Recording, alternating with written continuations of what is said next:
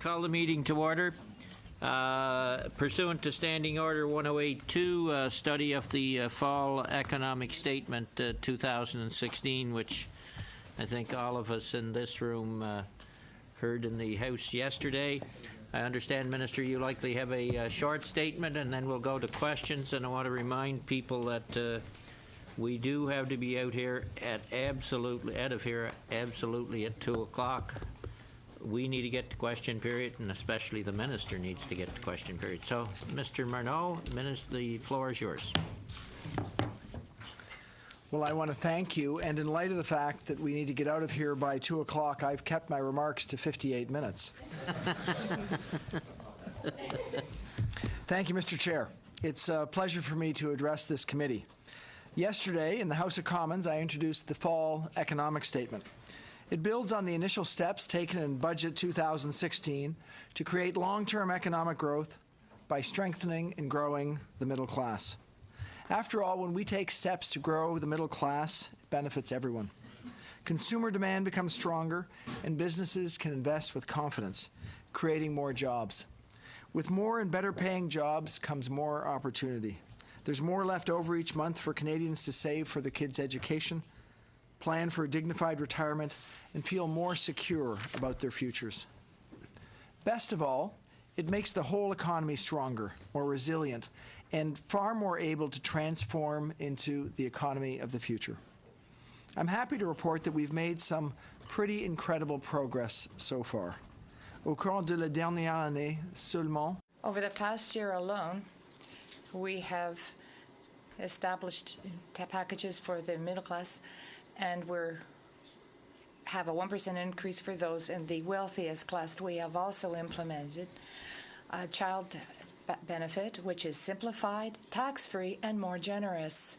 9 out of 10 Canadian families will today be receiving higher benefits for their children than those provided a year ago, which will contribute to help get hundreds of thousands of children out of poverty. We kept our promise to help Canadians benefit from a dignified, reliable pension with a CPP.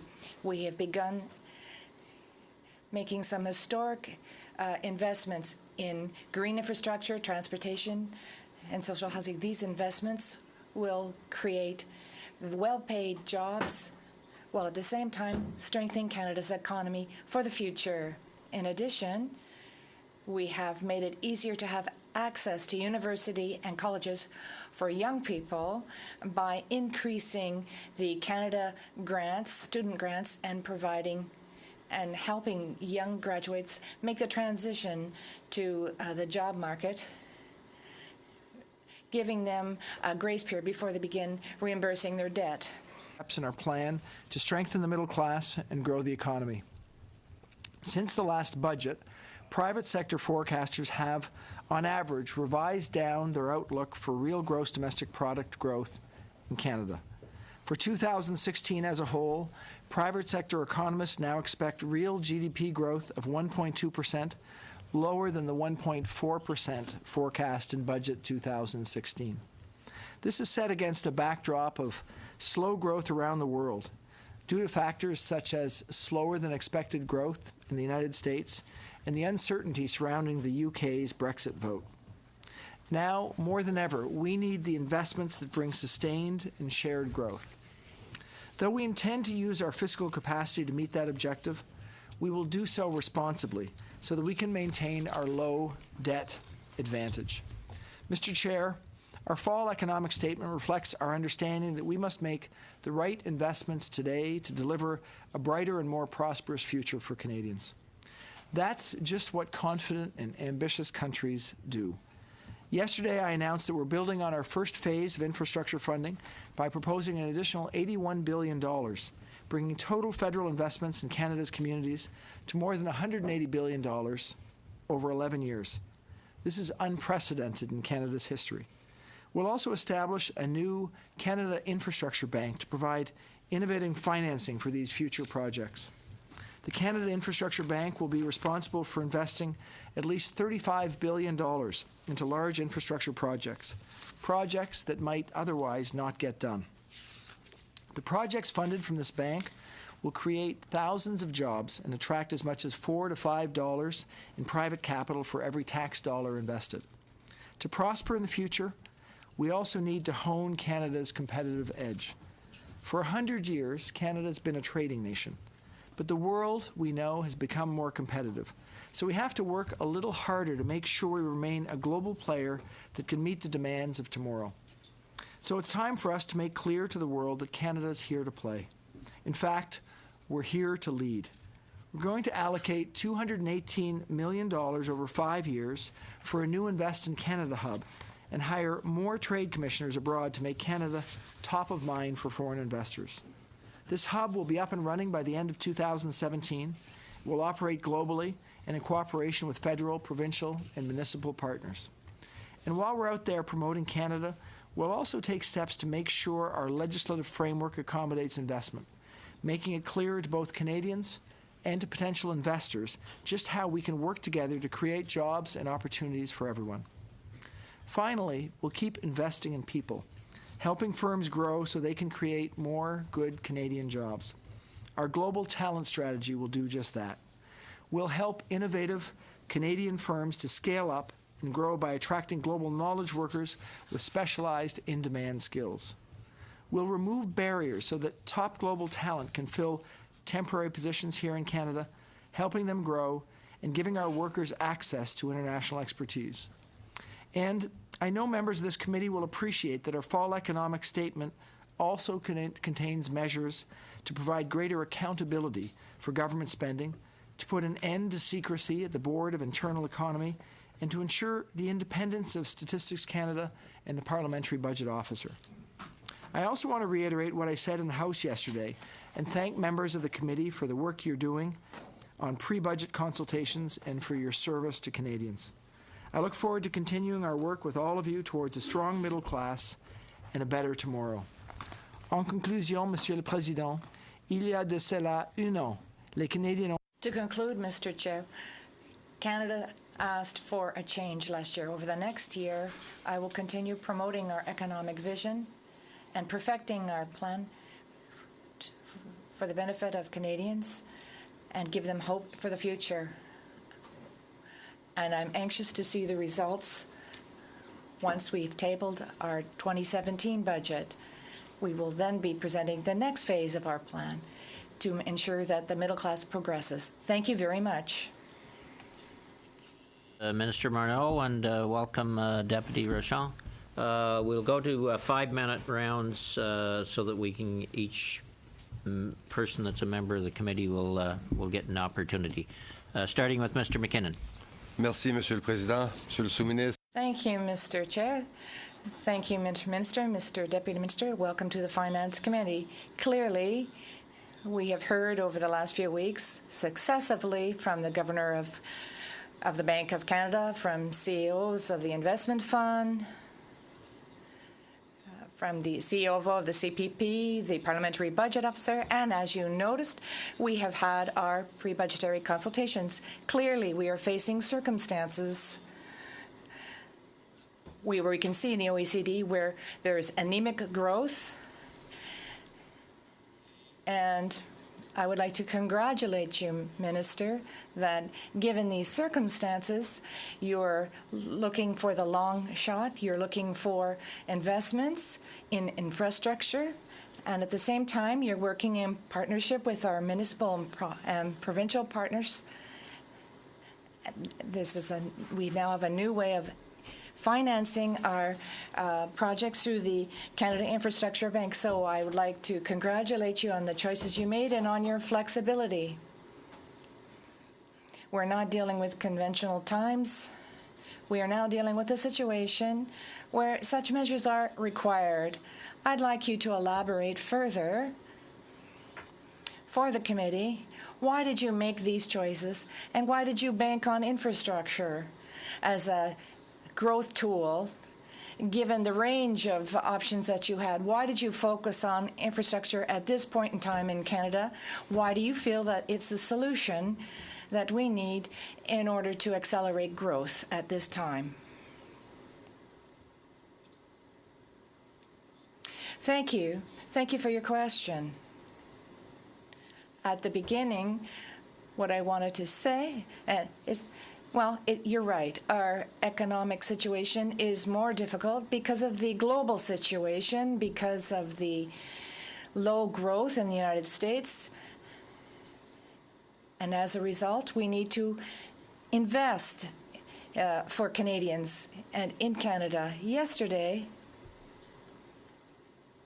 we unveiled our long-term program, but we began with our 2016 budget. We started with the first step, which was for Canadian families, and that's significant.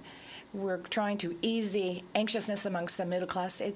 They need to understand why growth is good for their families. That's why we began by reducing taxes for the middle class. That's why we introduced the Canadian Child Benefit.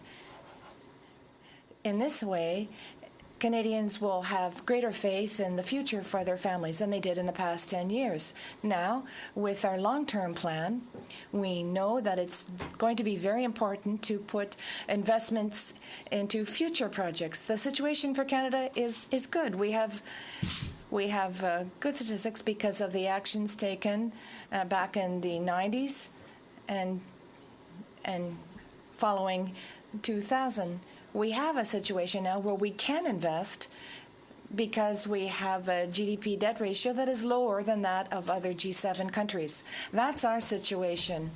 We know that with infrastructure investments, we know that this is the best way to get the biggest bang. With these investments, we're going to be able to have a more productive economy in the future. This is why we chose to make significant investments in infrastructure now and for the future. Also, we decided to do this in a manner where we could really amplify our efforts. We've created this infrastructure bank that will help pension funds to be part and parcel of our efforts to build a better situation for Canada now and in the future. We heard yesterday, in reaction to your speech, a lot of comments, rhetoric from our colleagues on the opposite side of the House. There are some who believe absolutely in a balanced budget, and they talked about raising taxes. You talked about lowering taxes. Is it the case that there will be an increase in taxes now?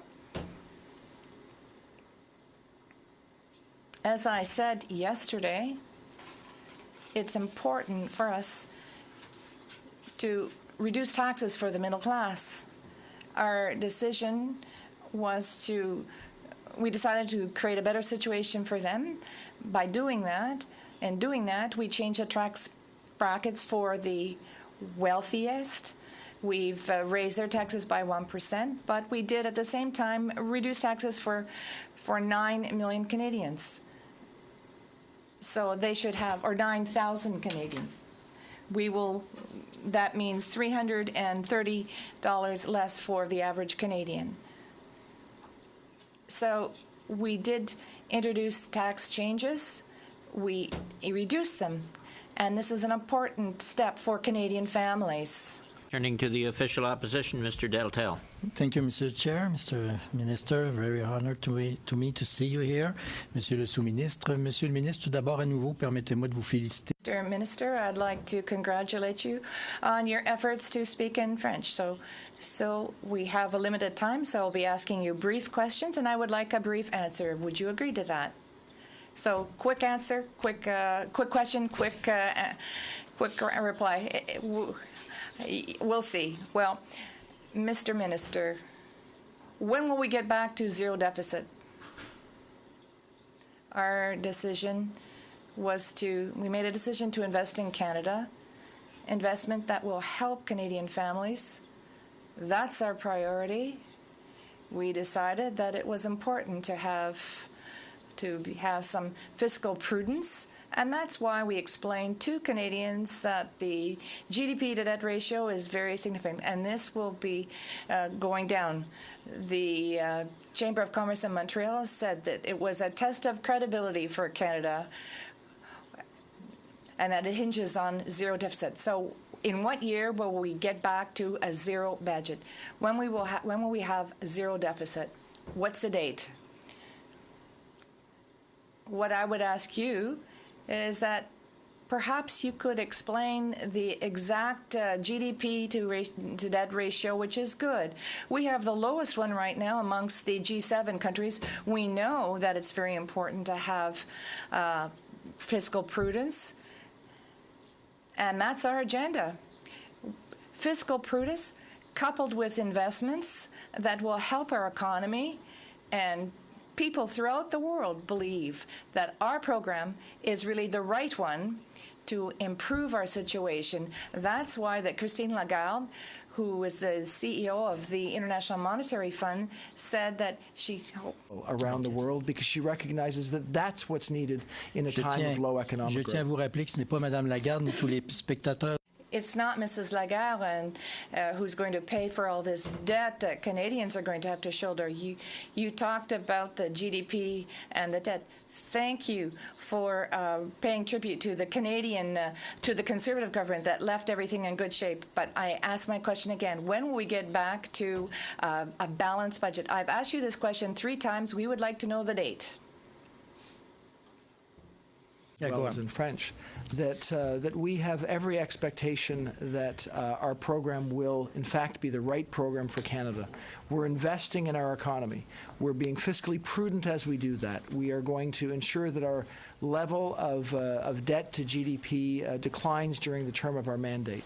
We know that Canadians voted for us because they want to see a higher level of growth in the future than they saw over the last decade. And that's what we're working to engineer. We're working to make a better Canada for middle-class Canadians and those that want to see a better future for their children. Mr. Minister, with all my respect, the Canadians voted for you on behalf of a program. On your program, you talk about small deficit of $10 billion for a few years, and of the 4th year, getting back to zero deficit. I'm asking for the 4th time the same question in French or in English, whatever you want.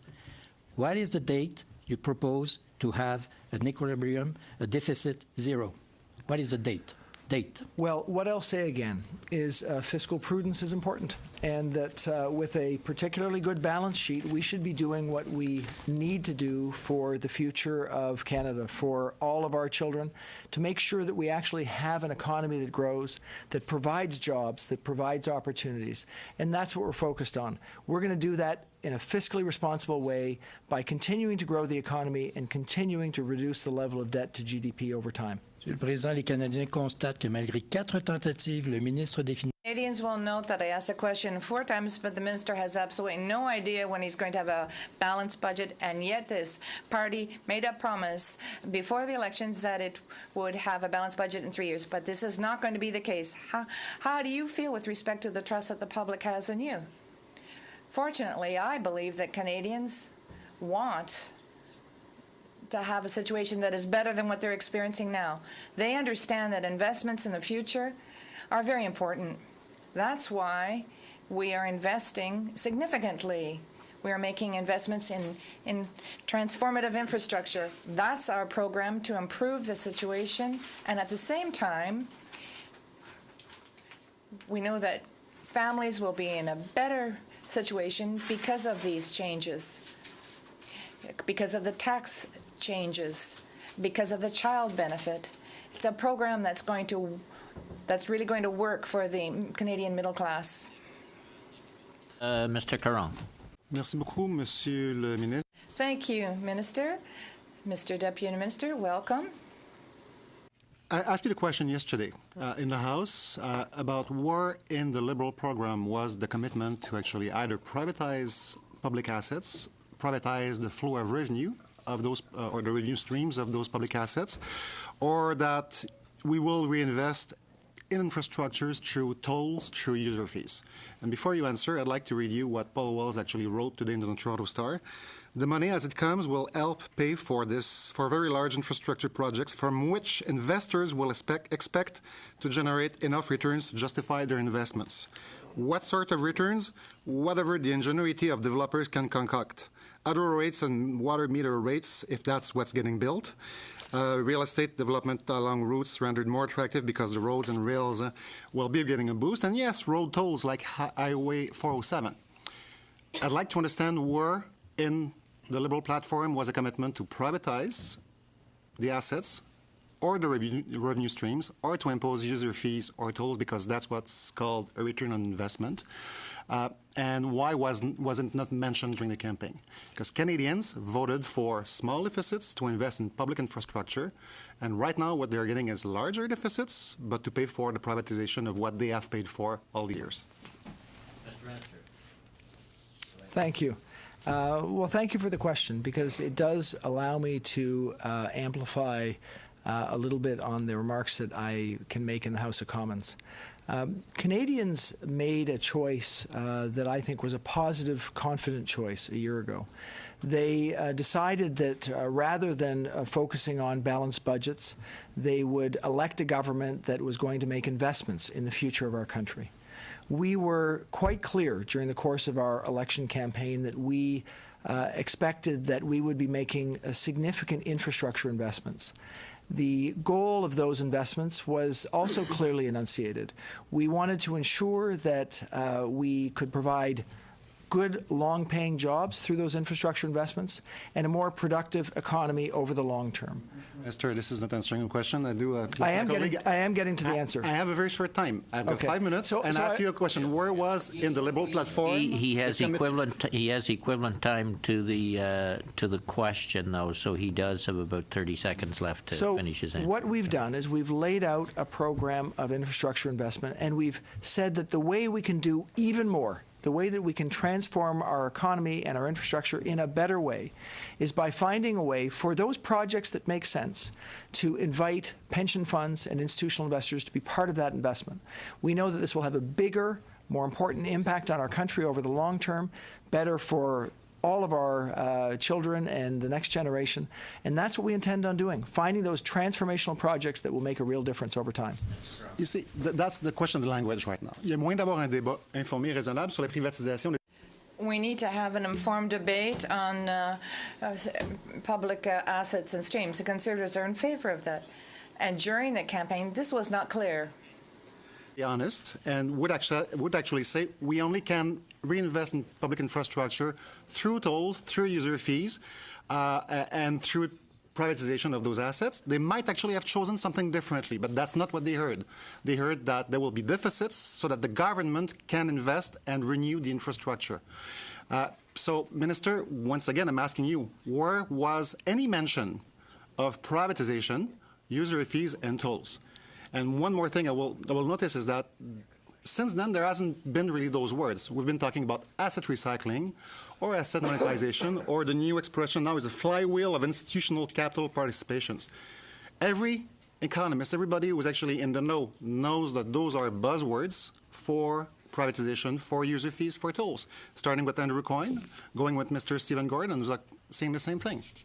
So once again, where was this commitment to privatize streams, assets, or to impose tolls and fees? Well, I appreciate the question, and I can only reiterate that we made a commitment to make investments in infrastructure. We believe that's an important commitment for Canadians. We recognize that a way to get more done is through working together with partners. And to the extent that there are pension funds that seek to be involved in infrastructure funding, and we can do more because we have access to outside capital, more that will create more Canadian jobs, that will create better long-term infrastructure, that's positive. So we are going to seek ways to do that. The capitalization of the Canada Infrastructure Bank is significant. $35 billion. We expect that we will be able to find projects that we can work together with without the consideration of government assets. That's the situation that we expect to move forward on. And what we will see over the course of the coming years is a significant opportunity for us to have a more important impact on our economy, more jobs for Canadians, and long-term, a better situation in terms of our infrastructure. Thank you both, Mr. Sabara. Thank you, Mr. Chair. Welcome, Minister. Welcome this afternoon. Our platform last year called for a number of investments in infrastructure. I like to look at it as a plan to invest in Canada and Canadians to lay a foundation for sustained and more inclusive economic growth, Mr. Frankly, it's a plan to create jobs and to make sure there's a brighter future for my daughters, Eliana and Natalia, who are in kindergarten right now, and make sure they have brighter futures there. Minister, I would like to ask two questions. First, on the Innovation Hub, our ability to compete in the world market is based on our ability to attract the best and the brightest. And I think the Innovation Hub goes a long way. It's a big first step. Also, our changes in terms of allowing foreigners, non-Canadians, to come work in their country on an easier basis. So I'd like you to comment on that. And secondly, my second question is, I'll just do it in a package. Recently, the Bank of Canada governor, past governors, past Fed chairs, even recent Fed chairs, have all commented on the need to invest in infrastructure. And our plan, in my humble opinion, is a plan for the near term and, most importantly, a plan for the long term, which frankly was lacking from the previous government. Recently, Mr. Palaz has commented on our fiscal capacity, saying that we have a large degree of fiscal capacity to invest, to create an infrastructure that allows for a more higher sustained growth trajectory. So those are my two questions, and I'd like to hear your words. Thank you. Thank you.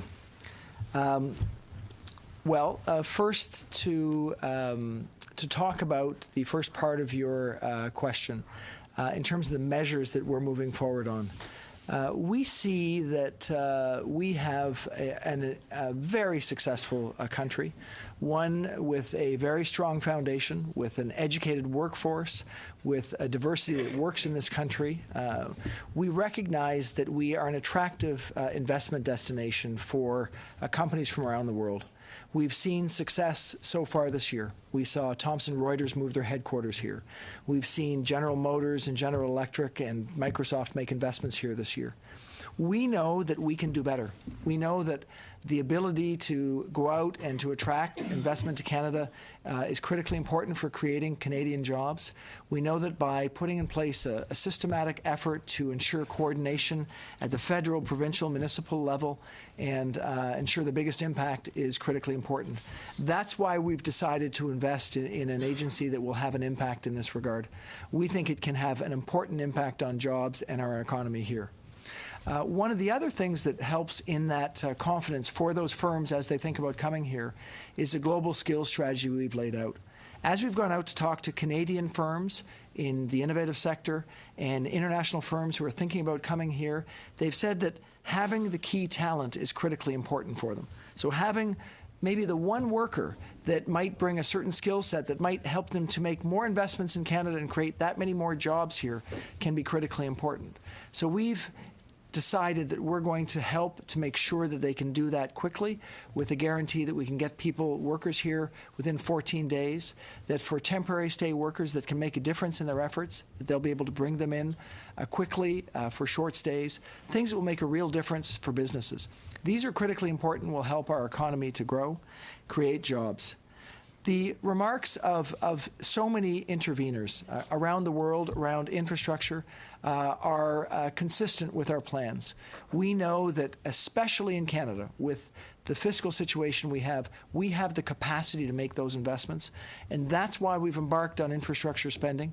That's why Canadians decided that the plan around investment was much better than the other offer, which was around austerity. We know that we have the capacity to make investments that can make a real difference, and I think all of us will be pleased when we see a more productive economy down the road than we have today. Thank you, Minister. Thank you, Chair. Thank you. Mr. Albas. Thank you, Mr. Chair. Appreciate Mr. Minister for being here today. First of all, you said some very kind remarks about the committee, particularly around pre-budget consultations. Thank you. Do you take the recommendations from this committee quite seriously when you're putting together your budget? I take the considerations from all sources seriously. We are very legitimately out to listen to Canadians. We know that this committee is an important source of information, not only your own opinions, but the opinions that filter through you. So absolutely, we are considering all Canadians' points of view. Okay. Just, again, we are elected to be representatives of the people, so I would hope that you would consider us not to be the same as any other equivalent stakeholder, because we've done a lot of work. We're legislated, actually, by the House to do that work for you.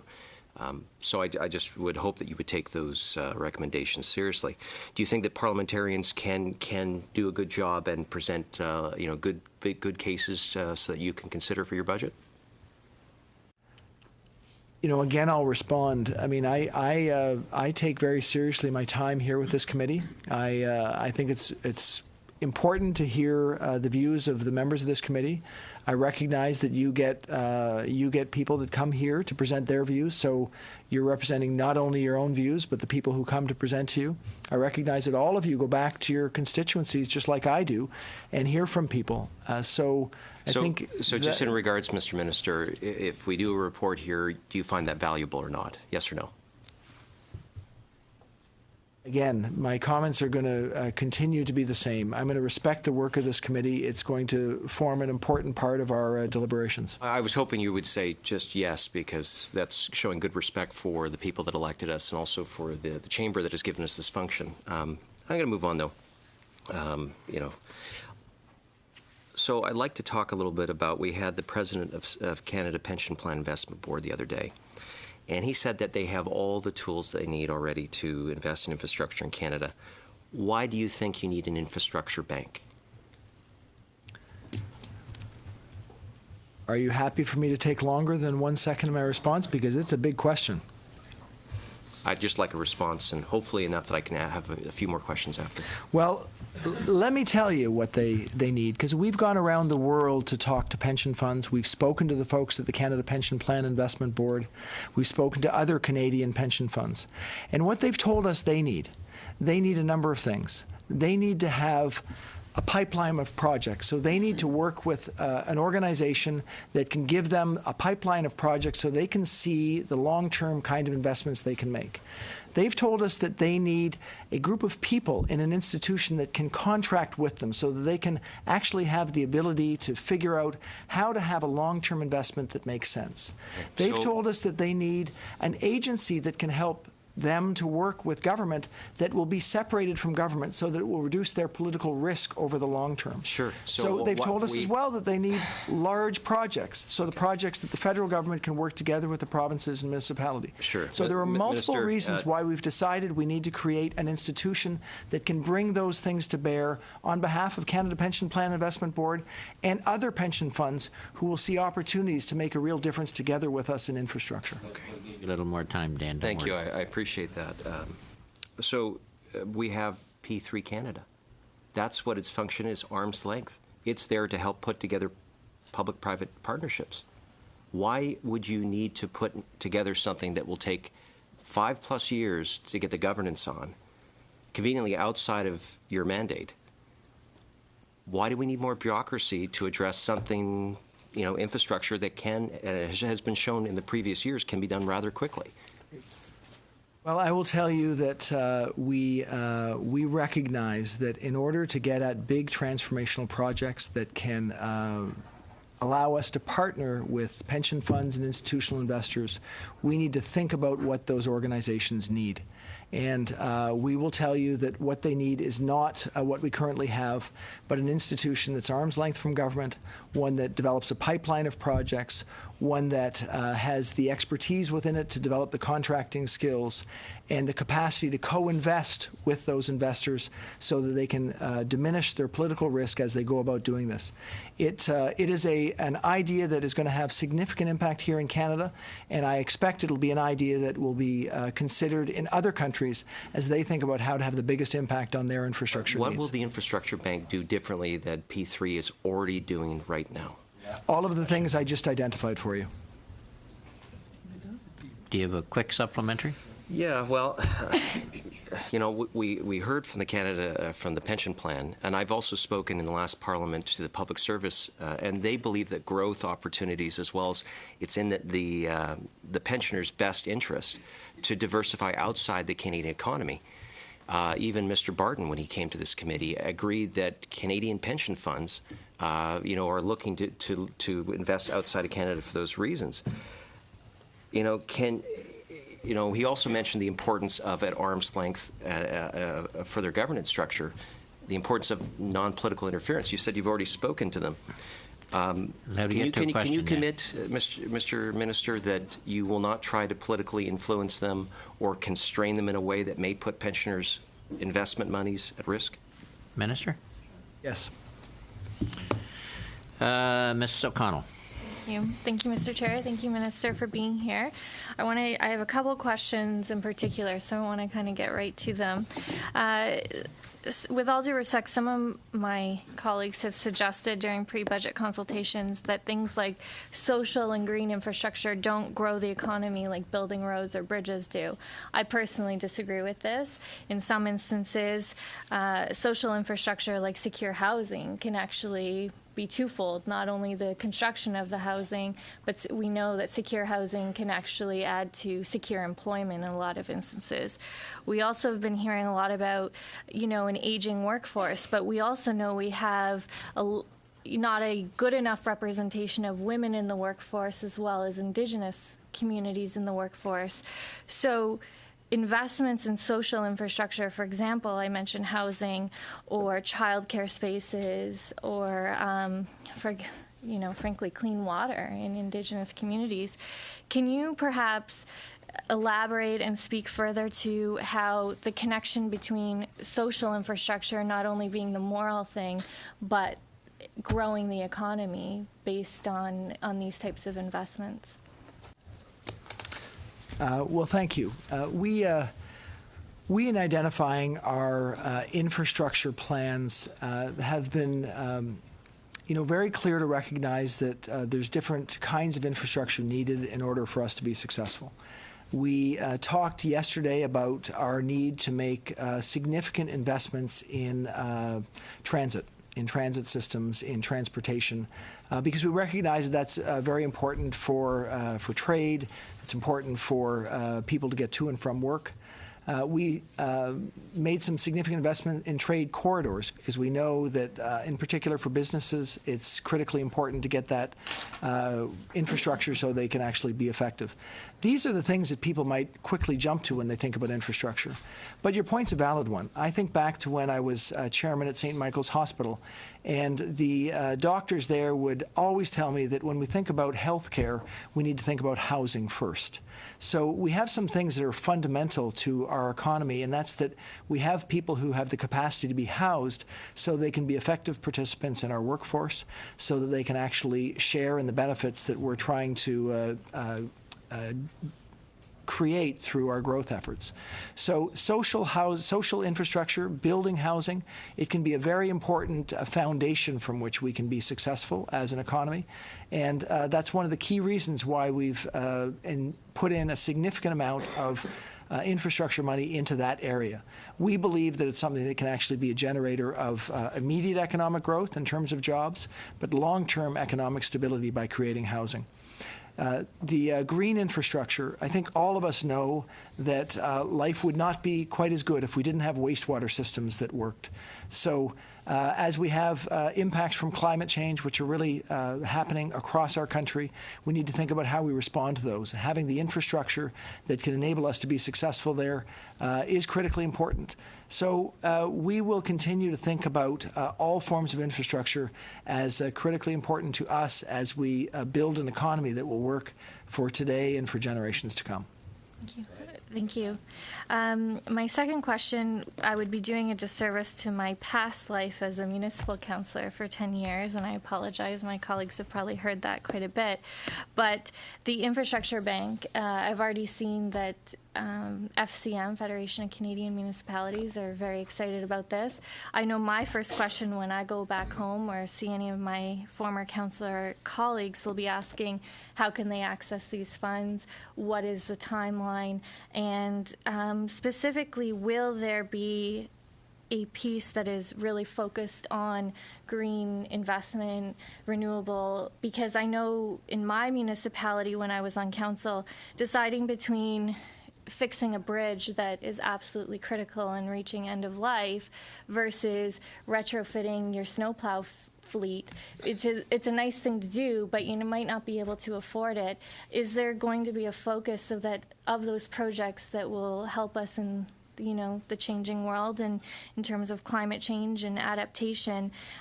Will there be specific funding to help municipalities, if they're the ones that accessing this money, to focus on projects like that might not have been the top priority in all of the things that municipalities have to deliver?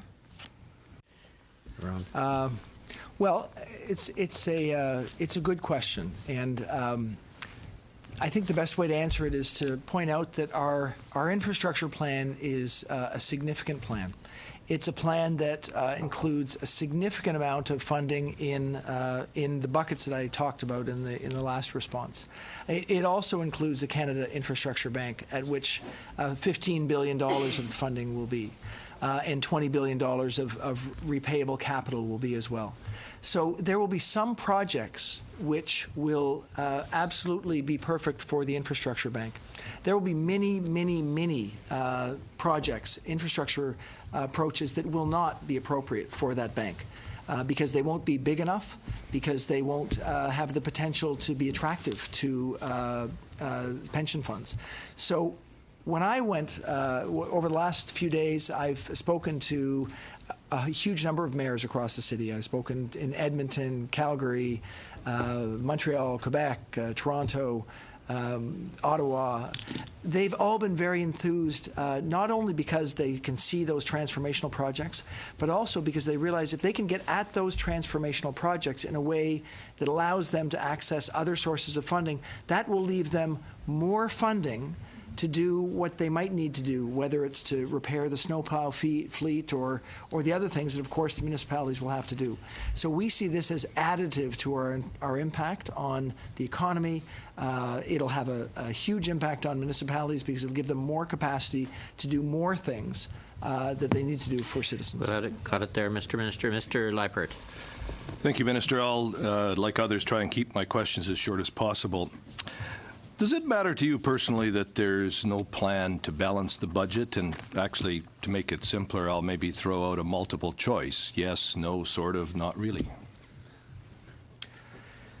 I just want to say again, and it's important for me to say it not only for this committee but for Canadians, that it's important to me personally, it's important to our government that we're fiscally responsible. We know that the way to be fiscally responsible includes making investments in our economy, and that's what we're doing. And we're going to do it in a way that allows us to keep our very strong balance sheet over time. That's the commitment we've made to Canadians, and we will follow through on it. So you're okay with the $30 billion deficit being sold as fiscally responsible? Well, I'd like to bring all of us back to the decision that Canadians made a year ago.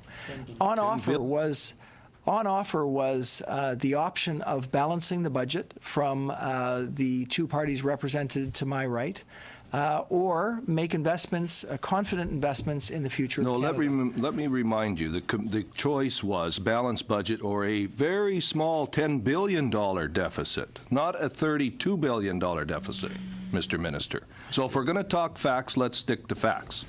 Mr. Leipert, the Minister has the floor. Go ahead, Minister.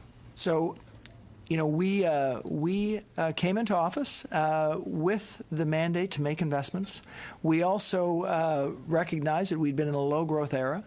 We also recognized that the global challenges, the amount of growth in the United States is less than we had expected, presenting significant challenges internationally, but for us, we recognize that we continue to have opportunities to make a real difference for Canadians, and that's what we intend on doing. Okay, so I want to get back to your answer to my colleague earlier. In essence, you said it was more important to create jobs than it was to balance the budget. That's fine if that's your view. But yet the PBO says not one net new job has been created. How do you align those two statements? Well, you know, I'm pleased that I had the opportunity yesterday to provide Canadians with an update on our economic situation. Really what that did yesterday was allow Canadians to see the rolling out of our plans. In Budget 2016, as you'll remember, we made a significant effort to improve the lives of middle-class Canadians.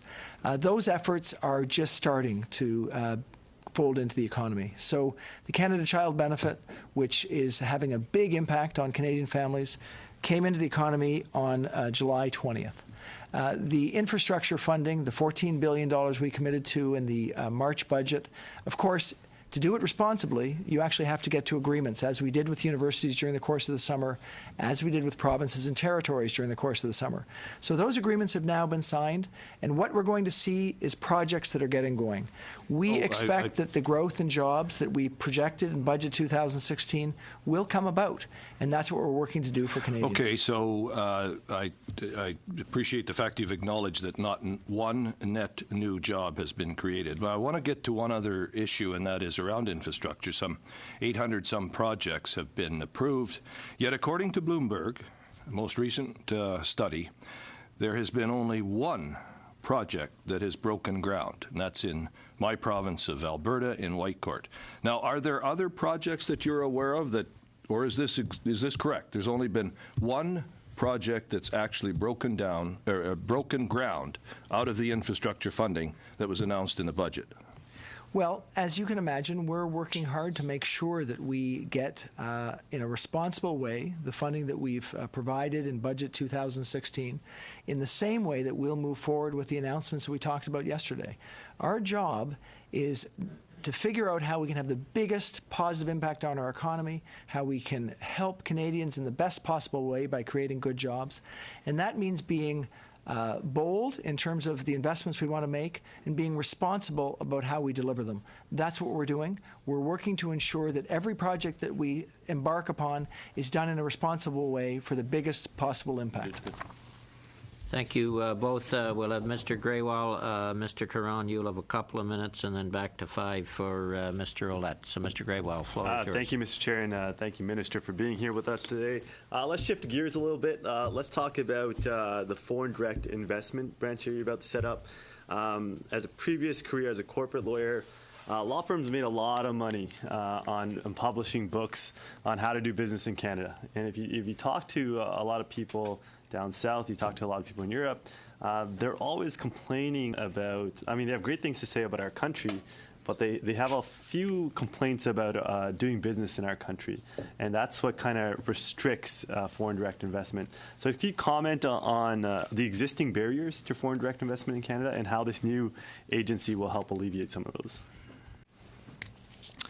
Well, thank you.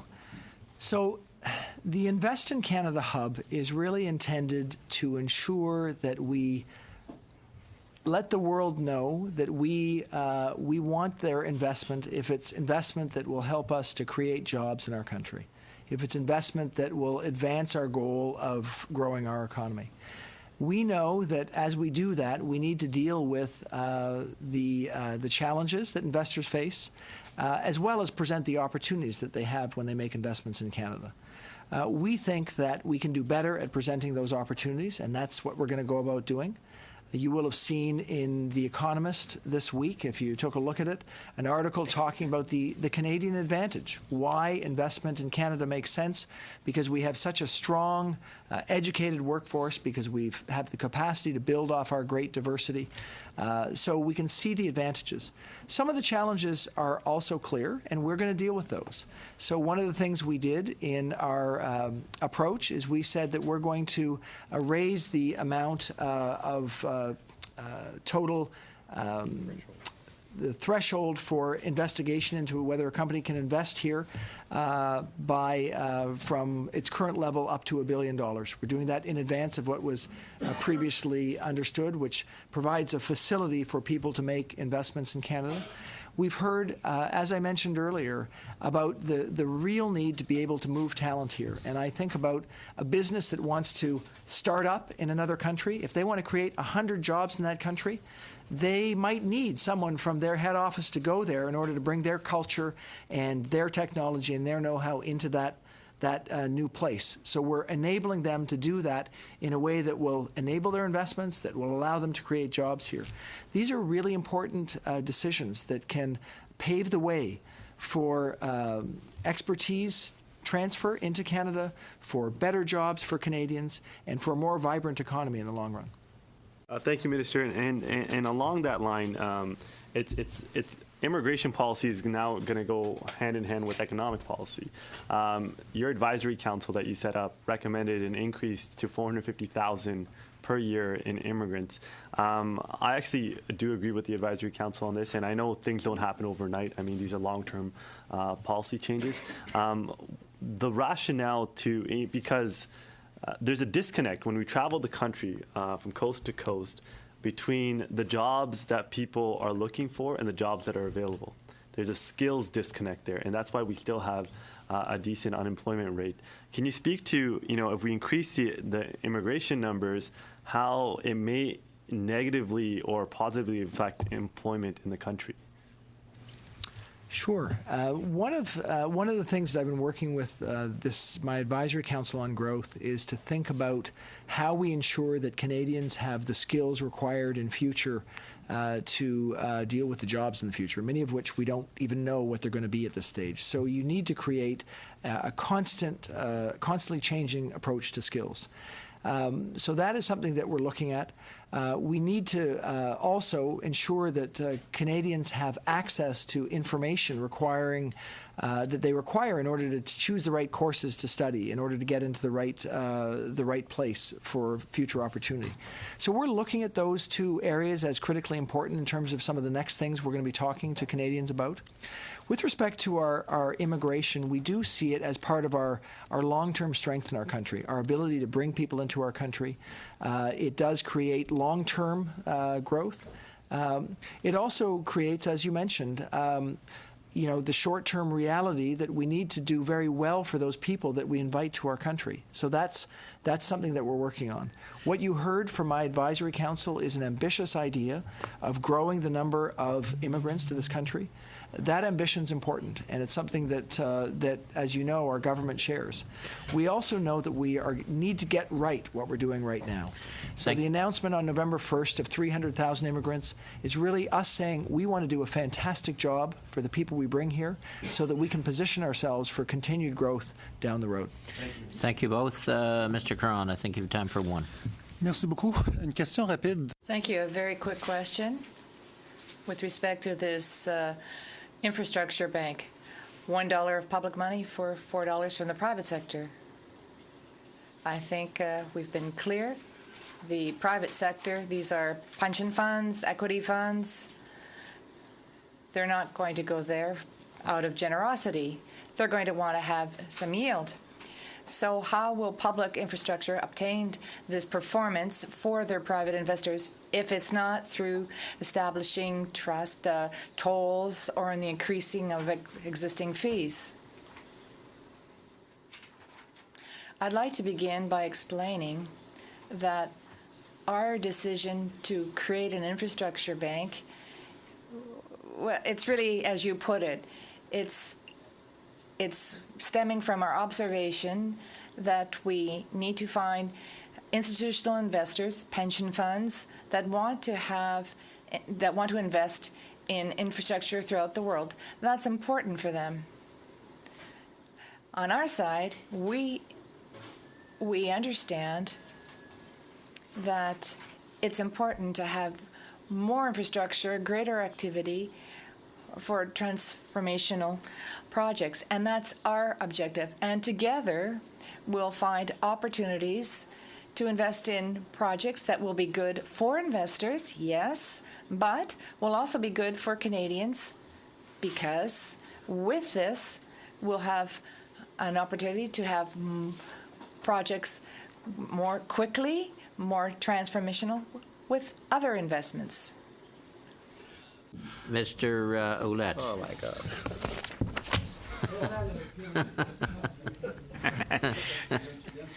We're going to come to Mr. Ouellette. Mais merci beaucoup, Monsieur Morneau, pour être ici. Thank you for coming here, Mr. Monod.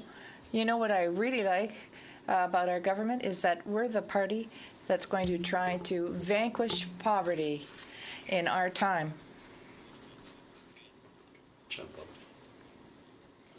Not stimulate the economy.